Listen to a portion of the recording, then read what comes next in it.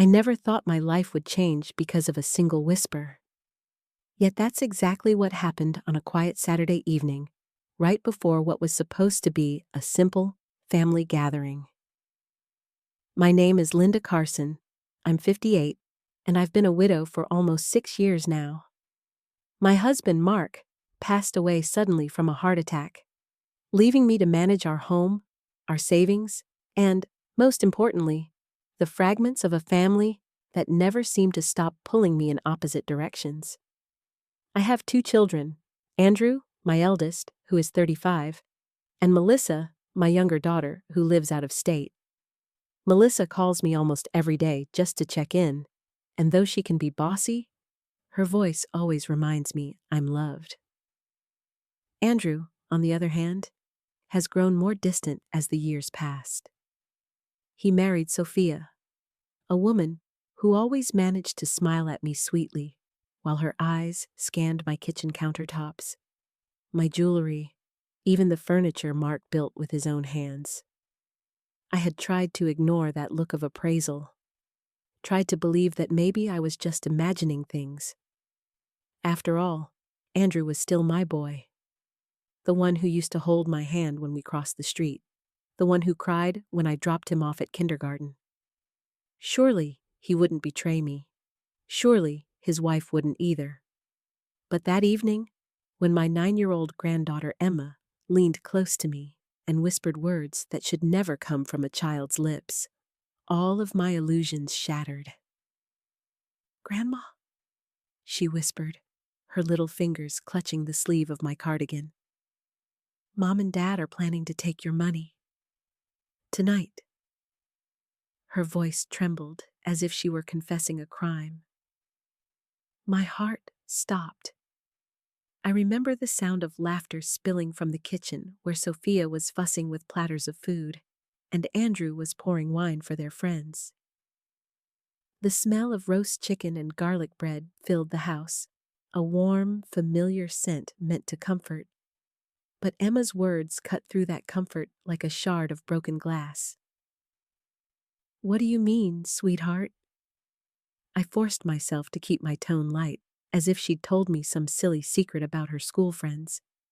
Emma's blue eyes, so much like her grandfather's, filled with fear. "I heard them talking last night when I was supposed to be asleep. Mommy said, 'Linda has too much money for a woman living alone. We'll fix that problem soon.' And Daddy? Daddy didn't say much, but he looked scared.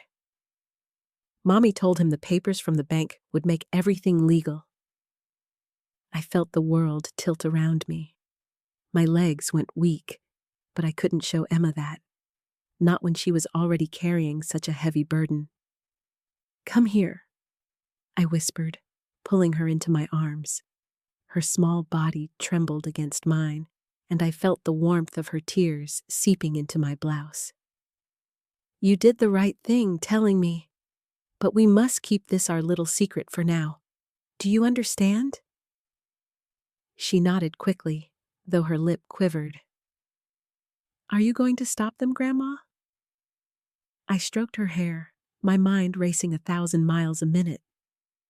"Yes, sweetheart, I promise you, I'll handle everything. But right now, we go back to the table and act as if nothing happened. Can you be brave for me?" Her eyes widened with trust. "I'll try." We sat back down at the dinner table, surrounded by clinking glasses and exaggerated laughter. Sophia slid a plate of chicken toward me with a rehearsed smile, asking if I wanted more potatoes. Andrew avoided my gaze, talking too loudly about work and promotions. I played my part, smiling, nodding, laughing in all the right places. But inside, something dark and determined had already awakened. I thought back to the endless times I had bailed them out, helping with their mortgage, paying off Andrew's car loan, even covering Emma's private school tuition. I had told myself I was simply being a mother, doing what mothers do. But tonight, I realized I had been feeding a hunger that could never be satisfied. And now, they wanted it all. As I lifted my glass of wine to my lips, I caught Emma's anxious glance from across the table. I gave her the faintest smile, the kind only she would understand. It was my way of saying, "Don't worry, Grandma's still here, and I'm not as weak as they think." What Andrew and Sophia didn't know, what they could never imagine, was that I had once built an entire business alongside Mark. I knew numbers, I knew contracts, and I knew betrayal when I saw it. That night, as the laughter echoed around me and Emma leaned into her birthday cake candles, I silently swore, if they want a game, they've chosen the wrong opponent. Looking back, I realized the signs had been there all along. You know how sometimes your gut whispers before your mind is ready to listen? That was me for the past year. My son Andrew and his wife Sophia had been helping me more than usual, but the truth was, their help always came wrapped in subtle suggestions that never sat right with me. It started innocently enough. At least, that's what I told myself. Sophia would stop by on a Sunday afternoon with Emma, carrying a pie she hadn't baked but bought from the grocery store, and while sipping coffee, she'd glance around my living room. "Linda," she'd say, her voice syrupy sweet, "don't you think this house is too much for you now? I mean, it's gorgeous, but all that cleaning, all that yard work? Wouldn't it be easier in a nice senior living community?" I would force a smile, biting back the sting. "I manage just fine, thank you." "Oh, of course you do," she'd reply, laying her hand on mine as though she cared deeply. But her eyes weren't on me. They were drifting over the fireplace mantel, the oak shelves, the photographs of Mark and me standing in front of the business we built together. She didn't see memories. She saw assets. Andrew wasn't much better. Whenever I confronted him about their growing dependence on my support, he'd fidget like a little boy caught stealing cookies from the jar. "It's just temporary, Mom," he'd say. "Things are tight right now." But temporary had stretched into years. 3 years ago, I covered their overdue mortgage payments. The year after, it was Andrew's urgent car repairs that magically turned into a brand new engine. Then came Sophia's short-term grocery loans that quietly became a monthly expectation. By the time I added it all up, I had spent nearly $120,000 keeping their lives afloat. And you know what? I didn't even resent it at first. Mark and I had worked hard, and though I wasn't swimming in millions, I had enough to live comfortably. Helping my son, helping my granddaughter. That's what family was supposed to be about, right? But slowly, the help turned into entitlement. One moment stands out crystal clear. About 6 months ago, I hosted Christmas dinner. Melissa flew in from Denver, and as we all sat around the table, Sophia leaned over her wine glass and said casually, "So, Linda, have you thought more about downsizing? Maybe selling the house and moving into something more manageable?" Melissa nearly dropped her fork. "Why would Mom sell the house? She loves it. It's where Dad's memory still lives." Sophia laughed lightly, but her eyes flashed. "I just think it's impractical. She's alone in this big place. Imagine the stress she'd save if she moved." I remember Melissa's hand slipping into mine under the table, squeezing tight. She knew. She could sense the undercurrent, the calculation. Then there were the phone calls. Andrew never used to call me before noon. He was never a morning person. But lately, he'd ring me at 7 a.m. on Saturdays, voice shaky, asking if I could stop by for Emma's birthday early, or if I'd considered updating my will. Who talks about wills before breakfast? Each call left me uneasy, but I always brushed it aside, convincing myself I was just paranoid. The truth is, I wanted to believe my son still had the heart of the boy who once cried when I scraped my knee, who once swore he'd protect me from monsters under the bed. I wanted to believe that Sophia, despite her sharp tone and calculating glances, truly cared about me as family. But deep down, I knew. The final straw came just a week before Emma's birthday dinner. Sophia stood in my kitchen, eyeing the granite countertops that Mark and I had chosen together 30 years ago. She traced her finger along the edge and said, almost wistfully, "Linda, you really don't need all this space. There are such lovely assisted living places now. Imagine, no more yard work, no more repairs, just relaxation." I turned away before she could see the fury flash across my face. Relaxation? Was that what she called being stripped of my home, my independence, my dignity? That night, I lay awake in bed, staring at the ceiling, replaying every subtle nudge, every manipulative suggestion. I realized they weren't nudges at all. They were calculated steps, leading towards something I hadn't wanted to admit until Emma's whisper confirmed it. Andrew wasn't just weak. He was being pulled deeper and deeper by Sophia's ambition. And Sophia, well, she wasn't just nudging, she was steering. I should have trusted my instincts sooner. But sometimes, the hardest thing in the world is to see the truth about your own family. As I drifted into restless sleep, Mark's voice came back to me from years ago, his final words before the ambulance doors closed. "Take care of Emma and watch Andrew carefully." I didn't understand then, but now, with Emma's trembling whisper still echoing in my ears, I finally did.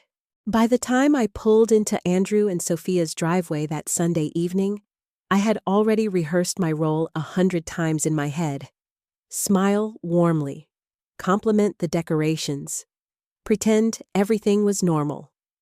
Pretend I didn't know they were sharpening their knives behind those polite smiles. The house looked almost too perfect, like something out of a magazine. Streamers of pink and silver lined the porch railing, balloons bobbed in the breeze, and through the wide windows I could see a long dining table set with polished silverware and candles flickering softly. It wasn't just a birthday dinner for Emma. It looked more like a staged event. The door flew open before I could knock. "Mom!" Sophia's voice carried the kind of excitement usually reserved for celebrities arriving on a red carpet. She spread her arms as if we were long-lost friends. "You look wonderful tonight." I forced a smile, handing her the wrapped box I carried. Inside was a necklace I had picked out for Emma, a delicate silver chain with a tiny heart. "For Emma," I said. "How thoughtful," Sophia cooed, taking it before I could even step inside. Andrew appeared next, his grin plastered on so tight it made my stomach turn. "Mom, there she is, the star of the evening. Everyone, my amazing mother is here." His voice boomed into the living room where guests chuckled politely. Amazing mother. Funny, I thought, how he hadn't called me that the last time he needed money to pay off his credit card debt. The living room buzzed with chatter. Neighbors I barely knew were sipping wine. Co-workers of Andrew's nodded stiffly when introduced, and Sophia floated from group to group, playing the perfect hostess. The smell of roasted turkey and honeyed ham filled the air. Normally, it would have comforted me. Tonight, it felt like perfume sprayed over something rotten. And then, like a light in the fog, Emma spotted me. "Grandma!" she squealed, running across the room and throwing her arms around me. That hug was the first genuine thing I'd felt all evening. Her hair smelled like shampoo and birthday cake frosting. "Happy birthday, sweetheart," I whispered, squeezing her tight. "I brought you something special." Her eyes lit up as she opened the box, fingers brushing the necklace. "It's beautiful. Thank you, Grandma." Sophia's voice sliced through the moment. "Isn't Grandma generous, honey? Make sure you say thank you properly." Emma forced a smile, but I saw the flicker of sadness in her eyes. She didn't need prompting to thank me. She always meant it.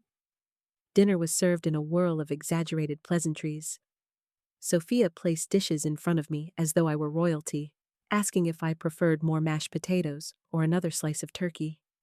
Andrew kept interrupting conversations to throw in lines about how wise I was, how I'd always been the pillar of our family, how he'd learned everything about loyalty from me. Each compliment landed heavy, rehearsed, unnatural.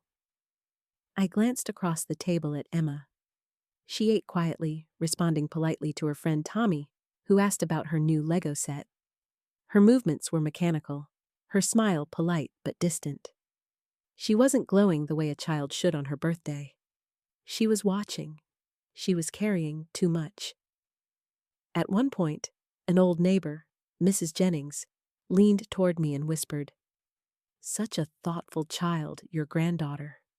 She asked me just last week if grandparents and parents ever disagree about important decisions." My fork paused midway to my mouth. "And what did you tell her?" "That families work through differences with love and honesty," Mrs. Jennings replied, though she looked troubled, as if she'd sensed the storm beneath the surface. Across the table, I caught Andrew and Sophia exchanging one of those quick glances, the kind couples share when they're in on a secret. It was the same look I'd seen at least 3 times already that evening. A flick of the eyes, a subtle nod, a perfectly timed laugh. They weren't hosting a birthday dinner. They were staging a performance, and I was the audience they needed to convince. When dessert was served, a towering chocolate cake with 9 pink candles, Andrew insisted I sit right beside Emma. "Mom should be in all the photos," he announced, his voice loud enough for the entire room to hear. I smiled for the camera, holding Emma's hand as she blew out her candles, but inside, every muscle in my body was tense. This wasn't about family. This was about positioning, about image, about making sure everyone saw how caring and close-knit they appeared before the curtain lifted on their real plan. As the night wore on, I played my role. I laughed when expected, nodded when praised, and sipped the wine Sophia poured so generously. But in my heart, a steel resolve had taken root. They thought they had me fooled. They thought I was just an aging woman, lonely and eager for affection. But while they performed their show, I was studying them. Every glance, every slip of tone, every too perfect word. I was collecting evidence, not on paper, but in memory, because soon their act would collapse. And when it did, I intended to be ready. The evening dragged on with the same polished routine. Guests laughing too loudly at Andrew's jokes, Sophia refilling wine glasses before they were half empty, and me pretending I wasn't counting every second until the performance was over. At last, people began gathering coats and saying their goodbyes. Mrs. Jennings kissed Emma on the cheek. Neighbors waved as they slipped out into the chilly night, and the front door clicked shut one final time. The atmosphere shifted immediately. The warmth of forced cheer thinned, leaving behind something tense, heavy, expectant. Andrew clapped his hands together. "Okay, Mom, don't leave just yet. Sophia and I want to have a little family chat." I smiled politely, my heart thudding hard. "Of course, Andrew, but first, I'll just freshen up." I walked toward the hallway, away from their watchful eyes, and that's when I felt a small tug on my sleeve. Emma. Her face was pale, her lips pressed tight as she glanced nervously toward the living room where her parents were waiting. "Grandma," she whispered, barely audible. "Can I talk to you, just for a second?" I nodded and followed her down the hall. She led me to the sliding glass doors that opened onto the back patio. The night air was cool, carrying the faint smell of the neighbor's jasmine. Out there, away from the clinking glasses and the too bright smiles, Emma finally let her shoulders drop. Her little hands twisted together, knuckles white. "They're going to make you sign papers tonight." I bent down so we were eye level, brushing a strand of hair from her face. "What papers, sweetheart?" "I don't know exactly," she said quickly, her eyes darting to the door as if afraid her mother might appear. "But I heard them last night. Mommy said, Linda has too much money for one old woman living alone. We'll fix that." And Daddy said, "What if she finds out?" And Mommy said, "It'll be too late by then." My stomach dropped, though my expression stayed calm for Emma's sake. "And the papers?" She swallowed. "They got them from the bank. Daddy didn't want to, but Mommy said they'd make everything legal. They're going to say it's just to help you, but really, they want your house, your savings, everything." For a moment, I couldn't breathe. The betrayal I'd suspected now had a voice, a child's trembling voice, telling me the truth I'd dreaded. Emma's eyes filled with tears. "Grandma, I don't want them to take your money. You're the only one who really listens to me. If they do this, what if you have to move away? What if I can't see you anymore?" I pulled her close, hugging her so tight I thought my arms might never let go. "Oh, baby girl, listen to me. Nothing your parents do will ever stop me from loving you. You'll always have me. Always." She sniffled, her tears wetting my blouse. "But are you going to stop them?" I held her at arm's length, looking straight into her frightened eyes. "Yes, I promise you. Grandma's stronger than they think. But for now, we have to keep this between us, all right? We'll act like everything is normal until I figure out the right time." Her lip quivered.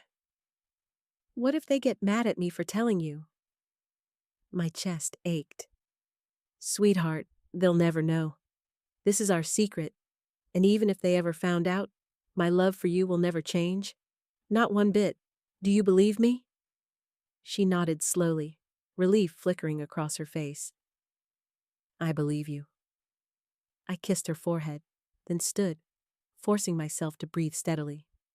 From the doorway, I could hear Andrew's voice, too eager, too loud, calling, "Mom, are you ready?" "Yes," I said, forcing my voice calm. "Coming." Emma squeezed my hand before darting back to her room, her small figure swallowed by the hallway shadows. I straightened my shoulders and stepped back into the glow of the living room lights. Andrew and Sophia were seated together on the couch, a leather folder sitting conspicuously on the coffee table between them. They both smiled, but I no longer saw affection in those smiles. I saw hunger. And I knew, as I lowered myself into the chair across from them, that tonight would mark the end of illusions. The woman they thought they could manipulate, the weak, lonely widow desperate for family approval, was gone. Emma's whisper had awakened something else entirely. I sat down slowly, folding my hands in my lap, the perfect image of a weary widow who just wanted peace. Andrew leaned forward with that fake smile he'd been practicing all evening, and Sophia crossed her legs neatly, a leather portfolio gleaming on the coffee table between us. "Mom," Andrew began, his tone unusually soft. "We've been meaning to talk to you about, well, some important family matters."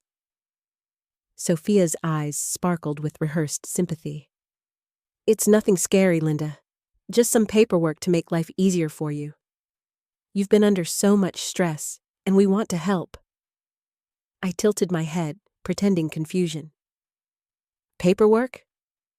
"Yes," Sophia said, sliding the portfolio closer and opening it with a flourish. Inside were neatly stacked documents, sections highlighted in yellow, sticky notes marking signature lines. "These are power of attorney forms. It just means if you ever feel overwhelmed with bills, medical decisions, or, home maintenance, Andrew and I could step in and handle it for you.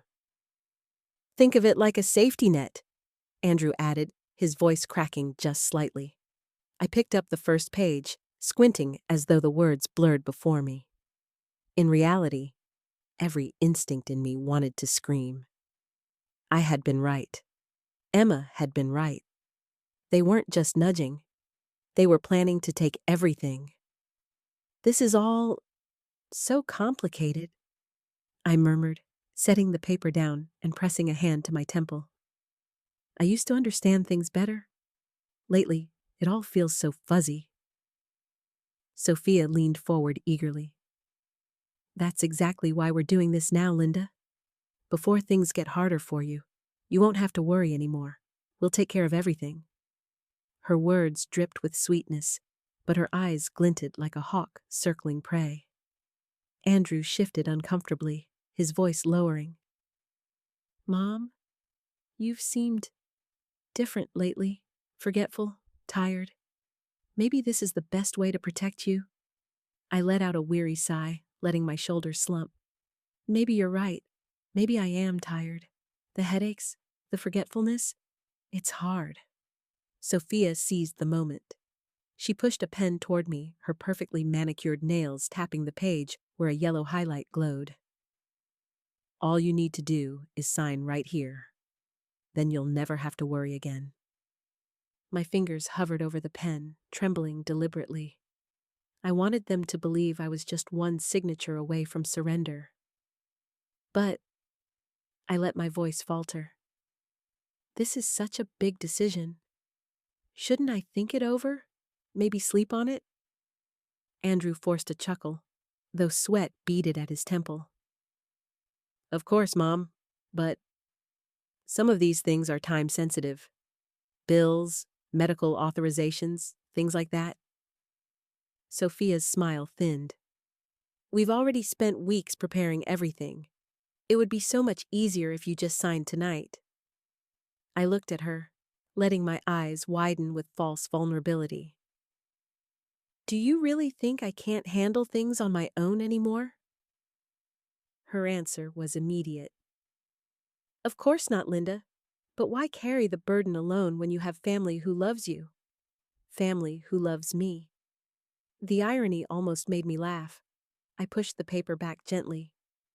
It's just, I don't know. My head is pounding. I can't think clearly. Maybe tomorrow, when I've rested. Sophia's jaw tightened. For the first time that night, the mask slipped. Linda, this is for your own good. You don't want to make things harder for everyone, do you? Andrew reached over quickly, placing a hand on her arm as if to calm her. It's okay, honey. Mom can take one night to think. Right, Mom? You'll sign tomorrow? I forced a shaky smile. Yes, tomorrow, when I'm thinking clearer. Sophia's eyes narrowed, suspicion flashing across her face, but she pasted on another smile. Fine, tomorrow. We'll come by in the morning. She gathered the documents carefully, sliding them back into the leather portfolio as though they were priceless treasures. When they finally said goodnight, Andrew hugged me tighter than usual, his breath hot against my ear. Trust us, Mom. We just want what's best for you. I patted his back weakly, murmuring, Of course, dear. But as their car pulled out of the driveway and the red taillights disappeared into the night, the performance dropped from my shoulders like a heavy coat. I wasn't weak, I wasn't confused, and I certainly wasn't about to hand over my life's work with a shaky signature. Instead, I walked straight to my office, heart pounding but mind sharp. On the desk sat the old wooden box where Mark and I had stored every deed, every bank statement, every insurance paper. I pulled out folders thick with proof of the hundreds of thousands I had already poured into Andrew and Sophia's lives. Mortgage payments, car repairs, private school tuition for Emma, grocery loans that never ended. I stacked them neatly, each page a reminder of how I had been conditioned to say yes. But tomorrow, I decided, they would hear the loudest no of their lives. I picked up the phone and dialed 2 numbers I hadn't called in years. First, Susan Reynolds, my old friend, who now worked as a notary public. A woman with integrity, sharp eyes, and a knack for spotting coercion. "Susan," I said when she answered, "I need you at my house tomorrow morning at 10. Bring your seal. It's a family matter." Her pause told me she understood more than I'd said. "I'll be there, Linda. Don't worry." The second call was to Michael Harris, a financial advisor who had been Mark's closest friend. "Michael," I said, my voice steady now, "I need your professional eyes on some documents tomorrow, 10 a.m. at my house. Can you do that?" "Of course," he replied without hesitation. "What's going on?" "I'll explain tomorrow. Just know, it's important." When I hung up, a calmness settled over me. The fear was gone, replaced by clarity. They thought they had cornered me. They thought I was too tired, too soft, too desperate for their approval. But tomorrow morning, in front of witnesses who couldn't be brushed aside, Andrew and Sophia's masks would finally shatter. And I would be the one holding the pen, not to sign their papers, but to write the ending of their scheme. That night, after Andrew and Sophia left with their precious leather portfolio, I sat at my desk staring at the neat stack of papers I'd collected from the wooden box. My home office smelled faintly of cedar and old books. Mark's scent still lingered there, years after his death. It was as if his presence was urging me on, whispering, "Don't let them win, Linda. You're stronger than they think." I spread the documents across the desk like a general laying out battle plans. Mortgage statements with my checks attached. Receipts from the bank showing wire transfers into Andrew's account. Grocery store payments that had started as $50 and ballooned into hundreds every month. Tuition bills stamped paid in full, all covered by me. For the first time, I stopped making excuses for them. I stopped saying, "Well, Andrew just needs a break, or Sophia will come around." No. This was deliberate. This was a pattern. They had conditioned me into becoming their safety net. And now, emboldened, they wanted everything. The phone calls I'd made earlier replayed in my mind. Susan, my notary friend, sharp as a tack. She'd notarized dozens of business contracts for Mark and me back in the day. She knew how to spot irregularities, how to read between the lines when someone was being coerced. Then there was Michael Harris, practical, methodical, and one of the few people I trusted completely. As Mark's old business partner, he had known our financial situation for decades. If anyone could sniff out manipulation, it was him. At 10 tomorrow morning, they would both be here, and Andrew and Sophia would walk straight into the trap. But it wasn't just about catching them. It was about protecting Emma. I couldn't let her grow up thinking betrayal was the way families operated. I couldn't let her carry the weight of secrets no 9-year-old should hold. If Andrew and Sophia wanted to gamble with greed, then I would make sure the consequences were sharp enough to sting. I spent the next 2 hours drafting notes, bullet points of everything I planned to say, questions I would ask Andrew and Sophia, evidence I would present. I rehearsed the tone of my voice, calm, steady, unshaken. Not the fragile widow they thought I was, but the businesswoman Mark had fallen in love with, the woman who had once negotiated contracts with construction firms twice her size. I tucked the notes into a folder and locked it in my desk drawer. By midnight, exhaustion pulled at me, but sleep was restless.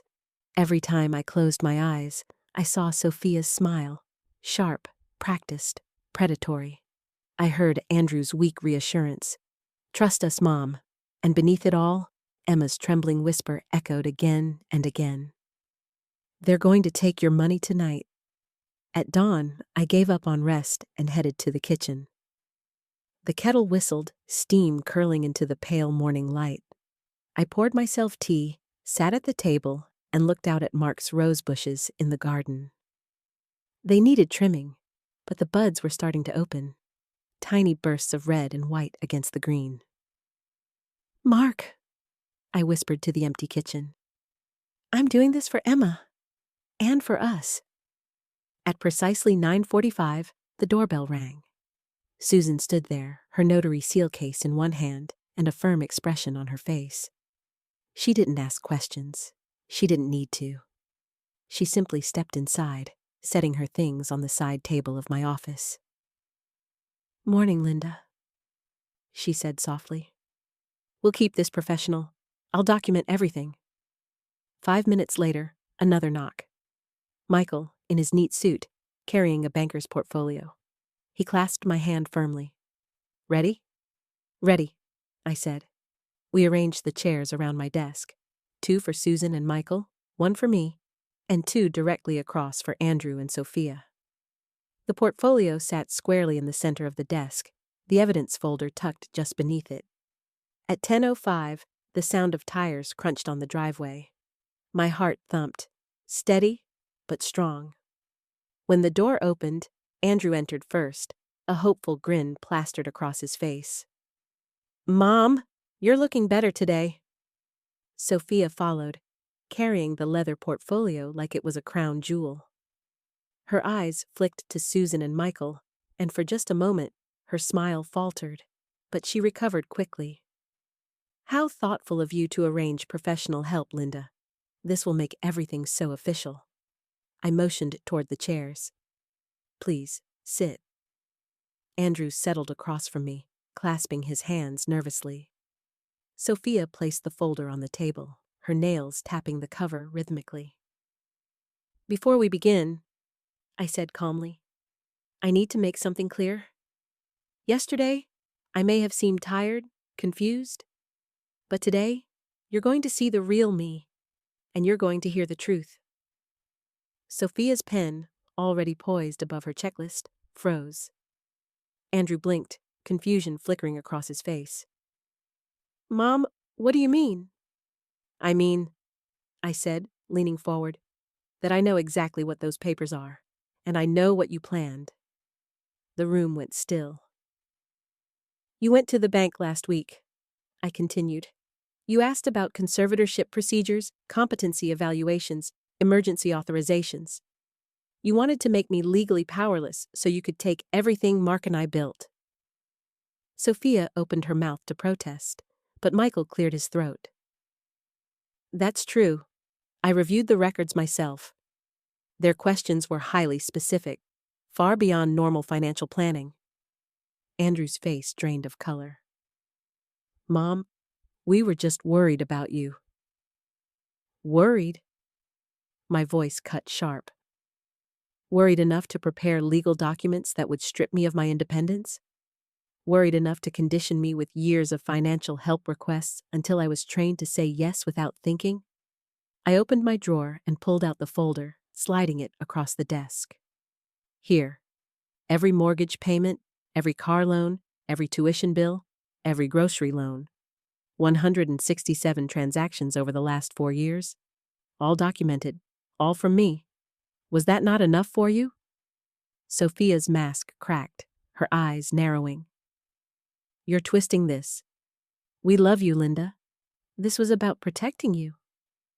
Susan set down her notary pen deliberately. "In my professional opinion, this situation looks highly irregular. Coercion is not something I notarize." The silence was deafening. For the first time, Andrew looked at me not as his mother, but as a woman he had underestimated. "What happens now?" he whispered. I sat back, steady as stone. "Now we discuss consequences." The silence in my office felt heavier than bricks. Andrew's fingers twitched on the armrests of his chair. His lips parted as if searching for words he couldn't find. Sophia, however, didn't flinch. Her jaw set. Her eyes burned with cold calculation, and she leaned forward as if daring me to continue. "I did." "You thought I wouldn't notice?" I said, sliding another folder across the desk. But I did. Every payment, every transfer, every sacrifice I made for you two is here. Over $100,000. Documented. Mortgage payments, tuition, even groceries. And now, after all that, you had the audacity to plan my removal from my own life? Andrew's voice cracked. Mom, it wasn't like that. We just... Don't you lie to me, Andrew. My voice was sharp enough to slice through his excuse. You went to the bank. You researched how to have me declared incompetent. You prepared power of attorney papers and planned to trick me into signing them. Do you think I'm blind? Do you think I'm weak? Sophia's veneer of politeness shattered. She slammed her hand on the table. We were trying to protect you. You're getting older, Linda. You can't handle all of this forever. We were making sure everything stayed in the family. Family? I shot back, my voice steady but searing. Family doesn't plot in whispers after their daughter has gone to bed. Family doesn't scheme to steal the home where I raised my children, where my husband built our future with his bare hands. Family doesn't break the heart of a 9-year-old girl by making her the keeper of their dirty secrets. At that, Andrew's shoulders slumped. His face went pale, his eyes glassy. He knew Emma had spoken. Susan, my notary friend, cleared her throat. I cannot, under any circumstance, notarize documents where coercion is involved. What I've seen here today raises serious ethical concerns. Michael adjusted his glasses. And financially speaking, Linda is more than capable of handling her own affairs. She's sharper than most of my clients half her age. The preparation you two have done, conservatorship, competency hearings, it isn't care. It's control. The weight of their words hung in the air. Andrew buried his face in his hands, voice muffled.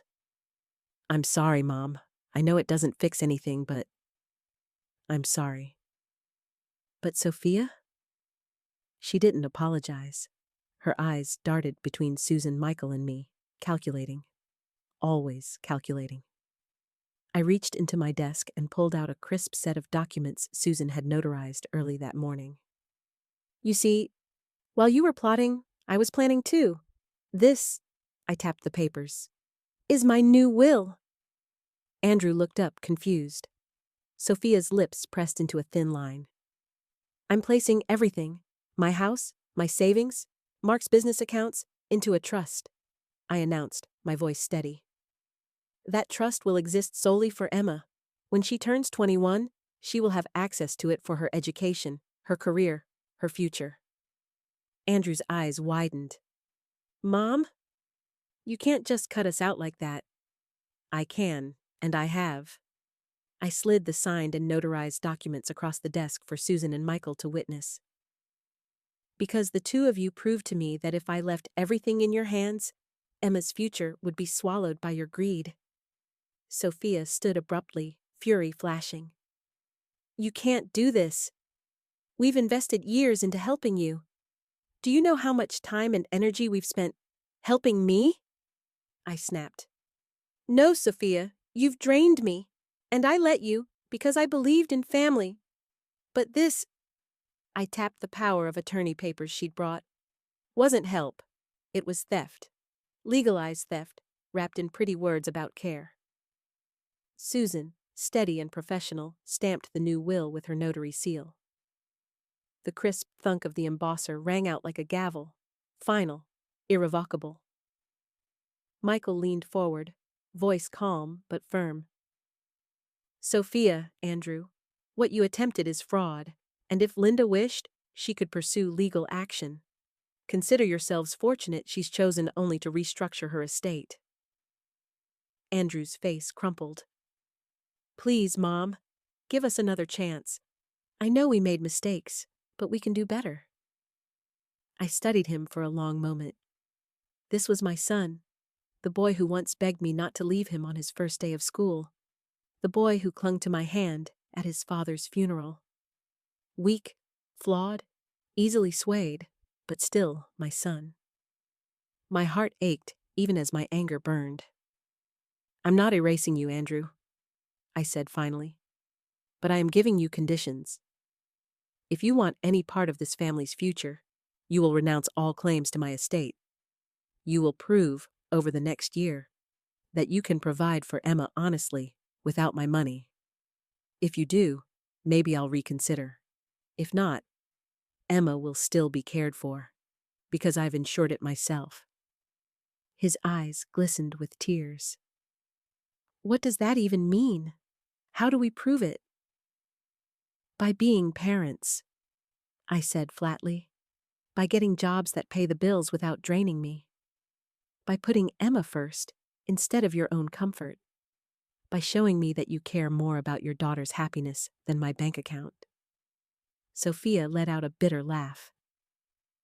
"And how exactly are we supposed to live without your support?" "The same way millions of families live," I replied. "Through hard work, sacrifice, and responsibility. I'm done being your ATM."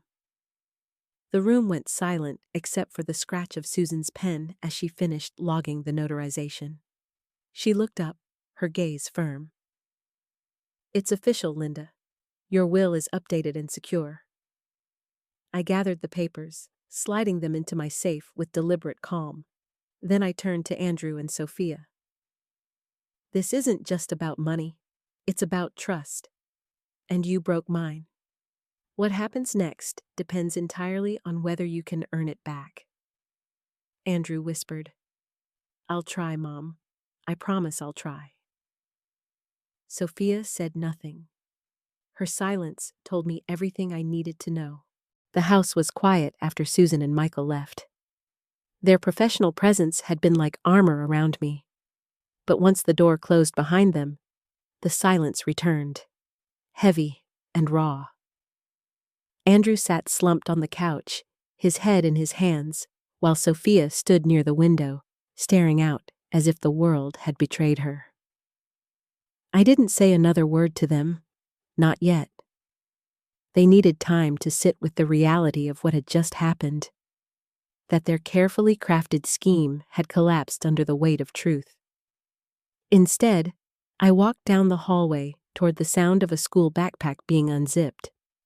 Emma stood in the doorway of the guest room, her hair falling into her face as she unpacked her notebooks. She looked up quickly when she saw me. "Grandma," she whispered, her voice timid. "Mom said you wanted to see me?" "Yes, sweetheart. Come sit with me." I patted the edge of the bed, and she climbed up beside me, legs dangling off the side. Her eyes searched mine. She already knew something serious had happened. Children always know more than we give them credit for. "Is this about what I told you?" she asked softly. I brushed a curl from her forehead and smiled. "Partly. You were very brave, Emma. You told me the truth, even though it was scary. That makes you stronger than most adults I know." She blushed, but her smile faded quickly. "Are Mommy and Daddy in trouble?" I exhaled slowly. How do you explain betrayal to a 9-year-old without breaking her heart? "They made some bad choices, honey. Choices about money and responsibility. And now, there have to be consequences. But none of this changes how much they love you. And it will never change how much I love you." Her little shoulders relaxed slightly, but her brow furrowed. "Does this mean you'll have to leave? Like, go live somewhere else?" I shook my head firmly. "No, baby, I'm not going anywhere. I've made sure of that. In fact, I've put everything, my house, my savings, even Grandpa Mark's business accounts, into something called a trust. Do you know what that is?" She shook her head. "It means all of it is safe. And one day, when you're older, you'll have access to it. You'll be able to go to any school you want, study anything that excites you, even start your own business if that's your dream." Her eyes widened. "Even veterinary school? That's really expensive." I laughed softly, hugging her close. "Especially veterinary school. If you want to take care of animals, then nothing should stop you. Grandpa would be so proud. Emma leaned her head against my shoulder, a smile tugging at her lips. That sounds amazing. We sat in silence for a while, the kind of silence that isn't empty but full of safety, trust, and love. Finally, she asked, "What about Mommy and Daddy? Are they going to be mad at you?" I chose my words carefully. They might be upset, yes, but sometimes being an adult means protecting the people you love, even if it makes others angry. What matters most is that you're safe, and your future is safe. Her little fingers gripped mine. Will you still love me if they're mad? My throat tightened. Emma, nothing in this world, not money, not anger, not mistakes your parents make, could ever change how much I love you. You are my heart, always. Relief washed over her face, and for the first time in days, I saw her smile without hesitation. I love you too, Grandma. We pulled out my laptop together, scrolling through pictures of colleges and veterinary programs. Emma pointed excitedly at one with sprawling green lawns and a giant animal hospital on campus. That one, I want to go there. I laughed. Then that's exactly what we'll plan for. You've got time, sweetheart. All the time in the world. Down the hall, I could hear the muffled argument of Andrew and Sophia, voices sharp and low. But for once, I didn't feel fear or exhaustion. I felt peace. Because whatever storms still swirled around us, Emma's path was protected, and that was enough. That night, after Emma had finally drifted off to sleep in the guest room, I sat alone in the kitchen, a cup of tea cooling in my hands. The house was silent, except for the faint hum of the refrigerator. My reflection stared back at me in the dark window. Lined face, tired eyes, but steadier than I'd felt in years. I thought about everything that had happened in just 48 hours. The whispered warning of a frightened child. The carefully staged birthday dinner that was nothing more than a disguise. The confrontation with documents meant to erase me. And finally, the moment of truth, when I turned the tables and made sure Emma's future was safe. For the first time since Mark died, I felt like I had truly honored his last words. Take care of Emma. Watch Andrew carefully. Andrew and Sophia had retreated into their bedroom after our confrontation. They hadn't spoken to me since. I didn't chase them. Let them sit with the weight of their choices. Tomorrow, life would force them to face the consequences. No more bailouts. No more blank checks. If they wanted to survive, they would have to grow up and provide for their daughter themselves. But Emma, she was different. She was the thread of hope in all of this. That little girl had more courage than the two adults who raised her. She had carried the truth on her small shoulders and trusted me enough to share it. That trust deserved more than money. It deserved protection, nurturing, and love. I walked to the refrigerator and looked at the crayon drawing she had made for me last month. A crooked little house, 4 stick figures, labeled Grandma, Daddy, Mommy, and me. I touched the paper gently, tears pricking my eyes. It wasn't a perfect family. It might never be. But Emma believed in it, at least for now. I whispered to the empty kitchen. I'll keep you safe, Emma. I promise. The next morning, as sunlight streamed into the living room, Andrew appeared in the doorway. He looked like he hadn't slept, his eyes red, his voice hoarse. Mom? He began, then stopped, his words stuck in his throat. I waited. Finally, he whispered, I'm sorry. I don't know how we got here. I let Sophia push me. I let myself believe this was the only way, but I see now how wrong I was. I studied him for a long moment. He looked like the boy I used to know, ashamed, lost, searching for forgiveness. Words are easy, Andrew. What matters is what you do from now on. You have a year to prove you can be the father Emma deserves. Do that, and maybe you'll regain my trust. He nodded slowly, tears slipping down his cheeks. I'll try, Mom. I'll really try. Sophia didn't come out. I suspected she wouldn't, not for a long while. Maybe never? Later that day, when I drove Emma home, she sat beside me in the car, clutching the silver heart necklace I'd given her. She glanced at me with that mixture of innocence and wisdom only children have. Grandma, are things going to be okay now? I squeezed her hand gently. They're going to be different, sweetheart. But yes, they'll be okay, because I've made sure your future is safe. And no matter what happens, you'll always have me.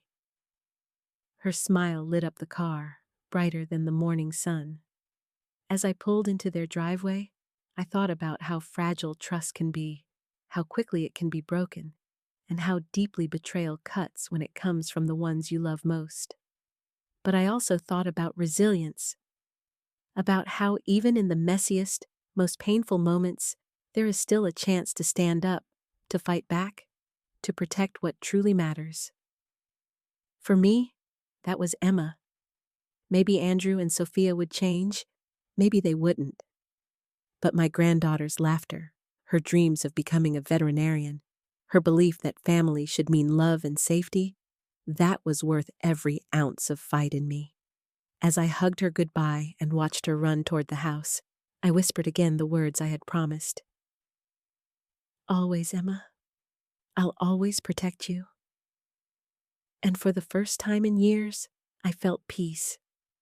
Because betrayal had tried to break me, but love, real, unselfish love, had the last word.